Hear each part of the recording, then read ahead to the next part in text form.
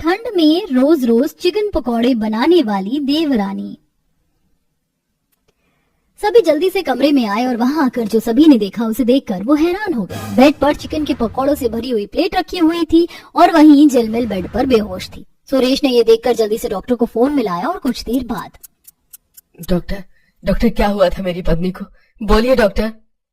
सुरेश जी, मैंने चेक किया है, आपकी बीवी के शरीर में कोलेस्ट्रॉल की मात्रा बहुत ज्यादा बढ़ गई है। साथ ही उनका वजन भी इतना हो गया कि अगर इससे 1 या 2 किलो भी ऊपर गया तो इन्हें कई बड़ी बीमारियां भी हो सकती हैं। इसलिए आपसे गुजारिश है, अपनी डाइट को हेल्दी कीजिएगा। और इतनी कम उम्र में अगर ऐसे लोग डाइट रखेंगे तो बिगड़ने के सिवा कुछ नहीं होगा। अच्छा, मैंने कुछ मेडिसिन लिख दी हैं, इन्हें ले लीजिएगा। डॉक्टर सुरेश को दवाई का पर्चा देकर चला गया। सुरेश उसे दरवाजे तक छोड़ आया था और फिर वो अंदर अपनी पत्नी के पास आया जहां पर झिलमिल लेटी हुई करा रही थी। लेकिन ऐसा क्या हो गया था उसको जो वो इतनी बीमार हो गई? चलिए फ्लैशबैक देखकर जानते हैं। स्वागत है बहुत बहुत झिलमिल। कितनी सर्दी है बहू, इस घर में तू बहुत ज्यादा खुश रहेगी।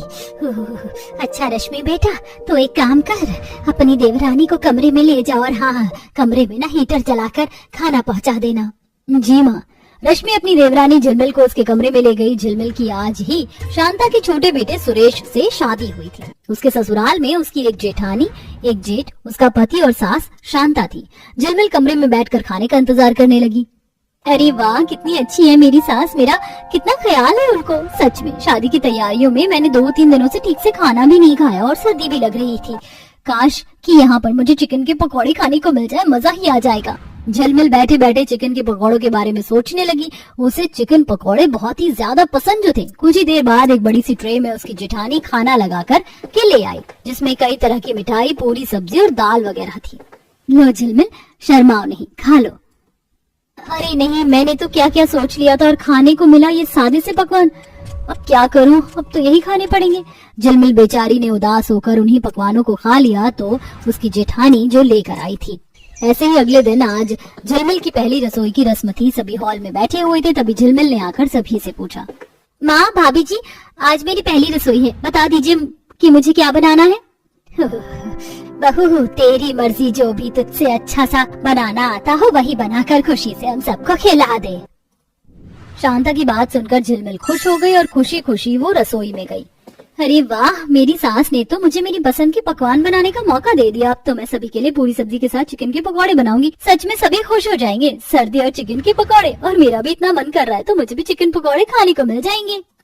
झिलमिल ने ऐसे बोलकर पूरी सब्जी के साथ साथ चिकन के पकौड़े बना दिए। जब सभी टेबल पर खाना खाने को आए तो चिकन पकौड़ों को देखकर खुश हो गए। अरे वाह, चिकन के पकौड़े, बड़े दिन हो गए थे इनको तो खाए हुए। वाह झिलमिल, तुमने तो कमाल ही कर दिया। पहली रसोई पर जहाँ बहुएं खीर वगैरह बनाती हैं, तुमने चिकन के पकौड़े बनाए। वाह वाह, मेरी बहू तो है ही ऐसी, पहली रसोई पर ही सभी को खुश कर दिया। शुक्रिया माँ जी। अब आप सभी चिकन पकौड़े खाकर बताइए कि कैसे लगे। झिलमिल के बोलने पर सभी ने चिकन के पकौड़े खाए जो सभी को बहुत ही ज्यादा अच्छे लगे। सभी ने झिलमिल की काफी तारीफ की और शांता ने अपनी बहू को शगुन भी दिया। आज का दिन झिलमिल का अपनी ससुराल में काफी अच्छा रहा, लेकिन वो चिकन के पकौड़ों की शौकीन थी तो उस दिन के बाद से ही वो हर रोज बस चिकन के पकौड़े ही बनाती थी। झिलमिल, आज क्या बना रही हो? भाभी, मैं ना खट्टी और मीठी चटनी के साथ चिकन के पकौड़े बना रही थी। क्या कहा? फिर से चिकन के पकौड़े? तुम्हें हो क्या गया झिलमिल, जब देखो बस तुम यही बनाती रहती हो। तो आप बता दीजिए ना कि आपको क्या खाना है। मुझे तो चिकन के पकौड़े बेहद पसंद है, इसलिए मैं तो उन्हें खाऊंगी ही। ठीक है, तुम्हें पसंद है ना तो तुम ही बनाओ और तुम ही खाओ। हम रोज रोज ही चिकन पकौड़े नहीं खा सकते। हमारे लिए सादा सा खाना, दाल रोटी बना देना। अपनी जेठानी की बात सुनकर झिलमिल को गुस्सा आ गया, लेकिन उसने फिर भी अपने लिए चिकन पकौड़े बनाकर सभी के लिए दाल रोटी बना दी। हर रोज ऐसे ही होता था। सभी लोग तो सादा सा ही खाना खाते और झिलमिल हर रोज ही चिकन के पकौड़े बनाकर खाती थी। ऐसे ही सिलसिला जारी था कि एक रोज दोनों देवरानी जेठानी बाजार आई हुई थी। सारा वैसे सामान तो खरीद लिया है, अब चलो खाने का सामान लेकर घर चलते हैं। बहुत सर्दी लग रही है। क्या लेकर जाना है खाने में? माँ ने कुछ खास तो नहीं बताया, लेकिन मेरा मन तो पनीर की सब्जी खाने का हो रहा है। चलो पनीर लेकर चलते हैं। ठीक है, तो आप पनीर ले लीजिए और मैं चिकन ले लेती हूँ। मुझे तो चिकन के पकौड़े खाने हैं। रश्मि झिलमिल की बात सुनकर चिढ़ गई और बोली, झिलमिल हद होती है किसी एक चीज के पीछे पागल होने की। जब देखो बस चिकन पकौड़े, चिकन के पकौड़े। जरा अपना शरीर देखो कितना ज्यादा बढ़ गया है। ज्यादा चिकन के पकौड़े मत खाया करो वरना एक दिन तुम मोटी भैंस बन जाओगी। भाभी, आपको कोई हक नहीं मुझे मेरी पसंद की चीज खाने पीने से रोकने का, समझ आया? और मैं कोई मोटी वोटी नहीं हूँ। अच्छा, क्या सच? आपकी दिक्कत क्या है? चिल्ला कर किसे दिखा रही हो? अगर नहीं माननी है मेरी बात तो मत मानो, तो मैं तो जा रही हूँ सब्जी लेकर घर। वैसे भी इतनी सर्दी हो रही है, तुम आती रहना पीछे से हाफती हुई चिकन लेकर, मोटी। रश्मि ऐसे बोलकर तेज तेज कदमों से आगे बढ़ गई और पनीर वगैरह खरीद कर वो ऑटो से घर चली गई। झिलमिल के पास बस चिकन खरीदने के ही पैसे थे। मोटी भैंस मैं नहीं, ये खुद है, तभी तो गई ऑटो से घर। मैं तो पैदल भी चली जाऊंगी। झिलमिल ने चिकन खरीद लिया और वो भी अपने घर के रास्ते निकल गई, जहाँ आधे रास्ते में ही वजन बढ़ने की वजह से झिलमिल के पाँव की तूती बोल गई और वो बुरी तरह हांफने लगी।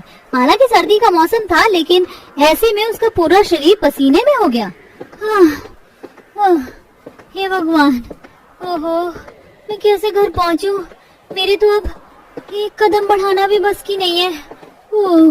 बेचारी किसी तरह दीवारों वगैरह का सहारा लेती हुई झिलमिल घर को आई, लेकिन इस घटना से भी उसे जरा भी समझ नहीं आई थी। उसने घर आकर फिर से अपने लिए चिकन के पकौड़े बनाए और उनसे ही अपना पेट भरा। ऐसे ही रोजाना अब भी सिलसिला जारी था। ऐसे ही एक दिन, सुनिए माँ जी, माधव जी, खाना बनाने के लिए तो तेल ही नहीं है। तेल नहीं है? लेकिन अभी 2 दिन पहले ही तो मैं 5 किलो तेल घर में रख कर गया था। रश्मि, इतना तेल कैसे खत्म हो रहा है घर में? मैं अब नहीं जाऊंगा कुछ भी लेने, वैसे भी इतनी सर्दी हो रही है। मुझसे क्यों पूछ रहे हैं? तेल मैं नहीं, झिलमिल खत्म करती है रोज रोज चिकन के पकौड़े बनाकर। आज भी जितना भी तेल था उसमें उसने चिकन पकौड़े फ्राई कर लिए। झिलमिल तो बात को मानती ही नहीं है। इतने ज्यादा ये पकौड़े उसकी सेहत खराब कर सकते हैं। लेकिन देवर जी, आपकी पत्नी अपने साथ साथ सभी घर वालों का भी नुकसान करवा रही है। सुरेश रश्मि की बात सुनकर बस चुप सा रह गया। माधव बाजार गया और तेल लेकर आया, क्योंकि उसके पास कोई दूसरा चारा नहीं था। वहीं रश्मि अपने घर की छत पर आ गई। ये झिलमिल भी ना बहुत ही गैर जिम्मेदार है। सिर्फ जिम्मेदारी से चिकन के पकौड़े बनाना याद रहता है उसको। सारे अपने कपड़े छत पर ही छोड़े हुए हैं, मैं उतार लेती हूँ। रश्मि कपड़े उतार कर ले आई और जैसे उसने झिलमिल के कमरे में उन्हें रखने को कदम रखा तो उसने बहुत जोर से चीख मारी। माँ जी, देवर जी, जल्दी आइए। सभी जल्दी से कमरे में आए और वहां आकर जो सभी ने देखा उसे देखकर वो हैरान हो गए। बेड पर चिकन के पकौड़ों से भरी हुई प्लेट रखी हुई थी और वहीं झिलमिल बेड पर बेहोश थी। सुरेश ने ये देखकर जल्दी से डॉक्टर को फोन मिलाया और कुछ देर बाद, डॉक्टर क्या हुआ था मेरी पत्नी को? बोलिए डॉक्टर। सुरेश जी, मैंने चेक किया है, आपकी बीवी के शरीर में कोलेस्ट्रॉल की मात्रा बहुत ज्यादा बढ़ गई है। साथ ही इनका वजन भी इतना हो गया है कि अगर इससे 1 या 2 किलो भी ऊपर को गया तो इन्हें कई बड़ी बीमारियां हो सकती हैं। इसलिए आपसे गुजारिश है कि अपनी डाइट को हेल्दी कीजिए। इतनी कम उम्र में ही अगर लोग ऐसी डाइट रखेंगे तो बिगाड़ के सिवा कुछ नहीं होगा। अच्छा, मैंने कुछ मेडिसिन लिख दी हैं, इन्हें ले लीजिएगा। डॉक्टर सुरेश को दवाई का पर्चा देकर चला गया। सुरेश उसे दरवाजे तक छोड़कर आया और फिर वो अंदर अपनी पत्नी के पास आया, जहाँ पर झिलमिल लेटी हुई करहा रही थी। अब तो तुम्हें सब समझ आ गया ना झिलमिल, कि हम तुमसे क्यों मना करते थे? आ गया समझ। बहू, अब आगे से कभी भी ऐसे चिकन के पकौड़े रोज रोज नहीं खाना। ये तला हुआ खाना ऐसे ही नुकसान देता है। सही कहा माँ ने, अब से तुम हर रोज हेल्दी खाना खा लेना और वर्कआउट भी करना। देखना, तुम्हारा ये फैट जल्दी ही बर्न हो जाएगा और तुम हेल्दी हो जाओगी। जी जरूर भाभी, मैं जरूर करूंगी। इस घटना के बाद फिर कभी झिलमिल ने रोज रोज चिकन के पकौड़े नहीं खाए। वो महीने में बस 1 बार चिकन के पकौड़े खाती थी और अब तो वो रोजाना वर्कआउट भी करती थी और हेल्दी खाना खाती थी, जिसकी वजह से कुछ ही दिनों में उसका मोटापा खत्म हो गया और अब सभी मिलजुल कर खुशी खुशी रहते थे।